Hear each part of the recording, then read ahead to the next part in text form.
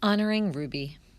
On November 14, 1960, Ruby Bridges arrived at William Frantz Elementary School in New Orleans, Louisiana. It was her first day of school.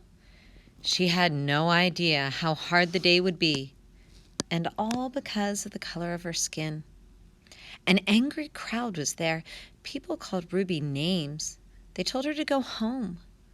But the first grader walked into the school and into history.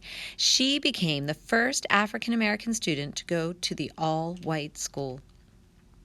This past November, Ruby returned to the school, but this time a crowd cheered for her. They also unveiled a statue of Ruby. It shows her on her famous first day. To Ruby, the statue is a big honor. It's also a reminder to the world that kids can help fight for fairness. Kids can do anything, Ruby told Scholastic News kid reporter Samuel Davis. Unfair laws.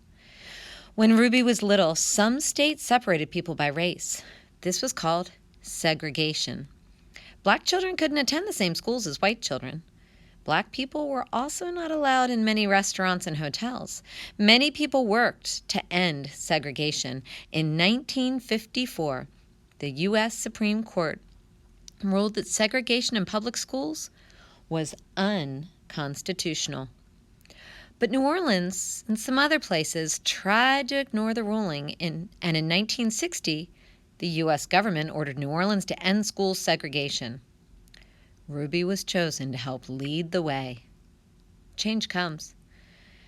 Many white families would not let their kids be in school with Ruby, so for a year, Ruby studied alone with her teacher. But by the next fall, other black students joined Ruby at the school. Many white students came back to the class then, too. Today, Ruby hopes that the statue of her will remind kids to be fair and kind. It doesn't matter what a person looks like, she says.